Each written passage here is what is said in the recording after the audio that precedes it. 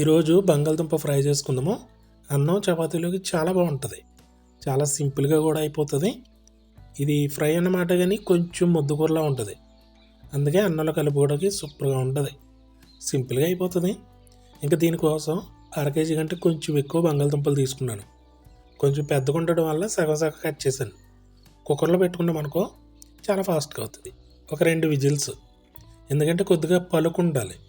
మళ్ళీ ఆయిల్లో ఫ్రై చేసుకోవాలి కాబట్టి పొట్టు తీసేసి ముక్కల కోసం పక్కన పెట్టేసుకున్నాం. దీంట్లోకి ఈ మసాలా పేస్ట్ వేసుకుంటాము. పచ్చిమిర్చి, పచ్చి కొబ్బరి, ధనియాలు, జీలకర్ర. ఇది బరకగా మిక్సీ పట్టుకుని పక్కన పెట్టుకోవాలి.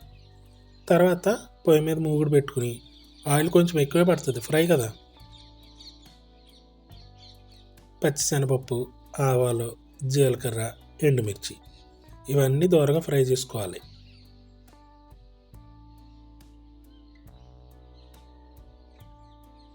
ఇప్పుడు కొద్దిగా కరివేపాకు, ఇది కూడా చక్కగా వేగిపోయిన తర్వాత సన్నగా పొడుగ్గా కట్ చేసిన ఉల్లిపాయలు, ఎందుకంటే ఈ ఫ్రైలోకి ఇలా బాగుంటాయి.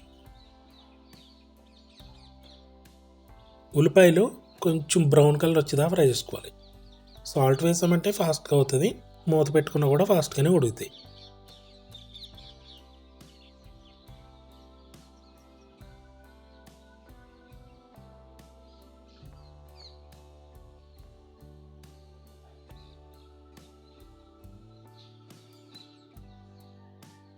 ఉల్లిపాయలు చక్కగా వేగిపోయినాయి కదా.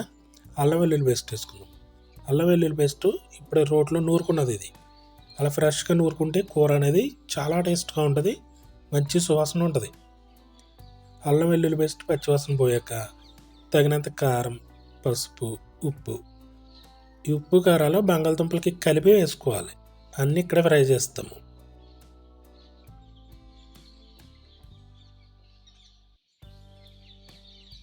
ఇలా ఒక 2 నిమిషాలు వేగిన తర్వాత పచ్చి కొబ్బరి మిక్సీ పట్టుకున్నాం కదా, అది కూడా ఒక 2 నిమిషాలు ఫ్రై చేసుకోవాలి. మరీ ఎక్కువసేపు చేయకూడదు.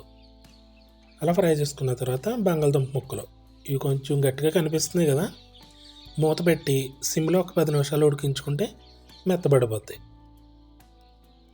మరీ పేస్ట్లాగా అవ్వదు, కొంచెం మెత్తబడి ముద్దకూరలో వస్తుంది అన్నమాట.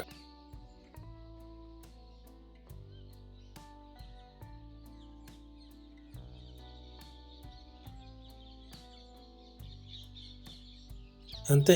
ఇప్పుడు కొద్దిగా గరం మసాలా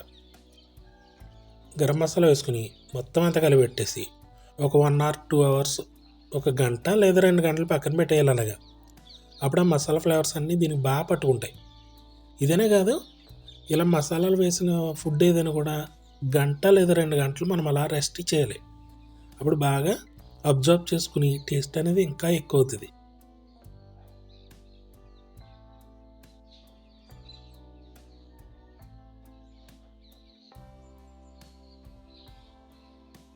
అన్నంతో కలుపుతున్నాను నేను. కొంచెం ముద్దకూరలా ఉంది కదా, కలుపుకోవడానికి చాలా బాగుంటుంది. చపాతీలు కూడా సూపర్గా ఉంటుంది. చారు పప్పుచారు ఉంటే ఇంకా అదిరిపోతుంది. ఎక్సలెంట్గా ఉంది తెలుసా, చాలా బాగుంది. తప్పకుండా ట్రై చేయండి, కొంచెం డిఫరెంట్గా ఉంటుంది. ఇంకా బోల్డెన్ రెసిపీస్ చేసుకుందాము. సపోర్ట్ ఉంటే సబ్స్క్రైబ్ చేసుకుని బెల్ బటన్ నొక్కండి, నోటిఫికేషన్స్ వస్తాయి. లైక్ చేయండి, షేర్ కూడా చేయండి.